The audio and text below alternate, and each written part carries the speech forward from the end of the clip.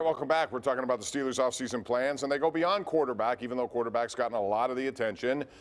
Jeff Hathhorn, I want to ask you about what you would do on inside linebacker. I know they need help on offensive line. I know defensive line, but I look at inside linebacker, and I see departures, and I see no progress from Devin Bush. They get a lot of interesting decisions to make there. Do they have to redraft that position? Well, you know, if an inside linebacker falls to me at 20 and you think he's a guy who could play for you for a decade, I would pick an inside linebacker. I think that's how important that position is. The thing is, you have a lot of money tied up in that position, and you've got a guy in Devin Bush that, can you talk yourself into it was because of the knee and you want to give this guy another chance and give him that option year? Those are some tough decisions. I wouldn't do that. I think you almost have to start over at that position. Well, you know what I would do is I think you have to give Devin Bush another chance. I think you have to pick up his option because you have too much invested in it. You moved up 10 spots. You gave up a second and third round pick, and you're just hoping that it's a Bud Dupree-like situation and that knee was really bothering him last year and he will turn it around. I don't think you can cut bait with him quite yet. I mean, even if a guy like Devin Lloyd from Utah is there at 20, I don't know if you want to use that pick there, then, you know, not pick something at the defensive line, offensive line. So I think you have to do it there. I think Spillane's a guy that can be serviceable. I think Schobert has to take a pay cut to be able to come back, if at all. So I think they'll look into the free agency market there and find somebody decent. But I would definitely pick up Bush's fifth-year option, and I would just hope for the best.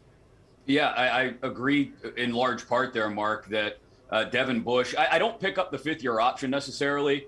I kind of put it to him that this is the year. And if he turns things around and plays wonderfully again and prices them out of your own market, then so be it. But I wouldn't expect it. I'd go into this final year of his deal without extending the option, cautiously optimistic, not even cautiously optimistic, probably pessimistic about him bouncing back, because I don't know if it was necessarily just a knee injury. Schobert, I agree with you, would have to take at least a pay cut if it wouldn't just be gone altogether. And then you get really thin all of a sudden. So you're talking about keeping an eye out towards free agency. You're talking about hoping and crossing your fingers that an inside linebacker falls to you in one of the top 3 rounds, I guess.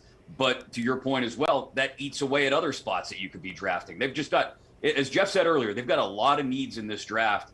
And they do have cap space available in free agency. I'd like to see them use that to perhaps shore up a couple of spots, whether it's on offensive line or maybe, to your point, inside linebacker. They also have 2 coaching vacancies right now they're looking at. One of them is defensive coordinator. Keith Butler's not back. The general consensus is Terrell Austin will be that guy. And then there's offensive line. The general consensus, at least most people, want Mike Munchak back. So, Jeff, Terrell Austin was brought in here from the outside. He's looked at as an internal promotion. Some people don't like it because it's an internal promotion. My question to you would be, would you take, first of all, he's going to take the job because it's a big pay raise, number one. But does it have to have calling the plays as an attachment, or do you think it's still going to be what it's been? That is Mike Tomlin overseeing all of it.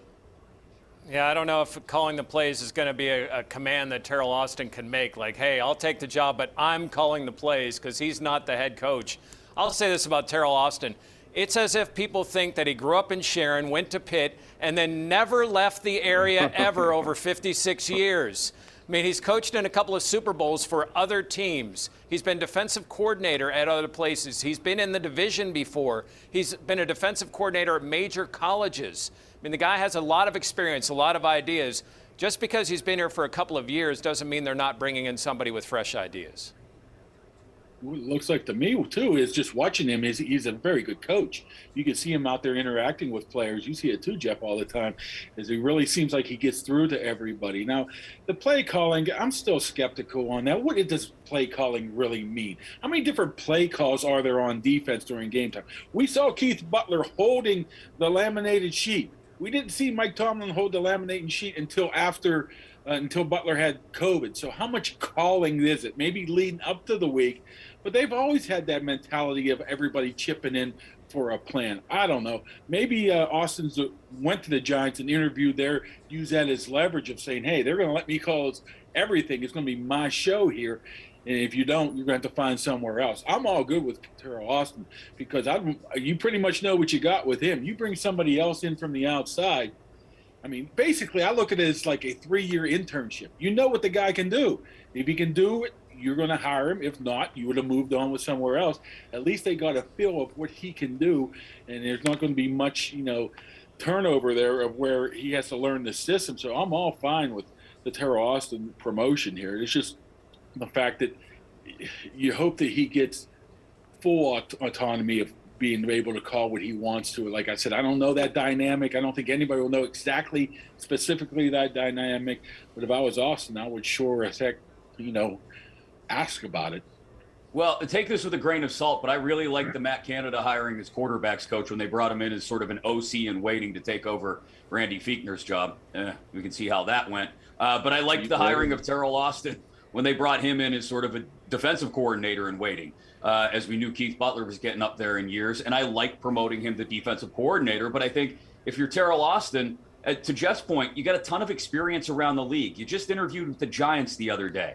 You don't want to be what amounts to a sous chef, the guy who doesn't even get to pick the ingredients, doesn't really get to cook the meal, just gets to sit there and prep everything. And Mike Tomlin gets to pick the ingredients and he gets to cook the meal on Sunday afternoon. No, I'm Terrell Austin. I'm 56. I've been in line for head coaching positions before. I'm an experienced defensive coordinator. I want to call the plays on Sundays. I want to be the one in the green dot guy's ear telling him exactly what we're doing when it comes down to crunch time on Sundays. All right, time is of the essence. Real quick, who among us does not think Mike Munchak will get the job at offensive line? Mark, raise your hand. Make it quick. 15 seconds. Why not? Hey, Two? I don't think he does. I don't think it's too perfect. That's why. I mean, it's just too perfect of a situation for him to come back here. And I think that Munchak will not. He won't come back here. That's just Jeff, you don't either. opinion. I don't know anything, but that's what I feel. Yeah, even though he's not going to be back with the Broncos, his family is still out there. He's at a point in his career, I don't know if he would come back. Okay. And Chris? I think it's too perfect. Too perfect. They separated for a couple of years. They realized they couldn't find anybody that loves each other as much as they do. Bring them back together. Well, just in time for Valentine's Day. Ben, I'm a little bit surprised that Chris Morgan left. I thought maybe he was going to be the guy. Anyway, that will be another point of emphasis this week as we expect some of these hirings to be made. When we come back, Pro Bowl. Did you like it? Next, right here on the #1 Cochran Sports Showdown.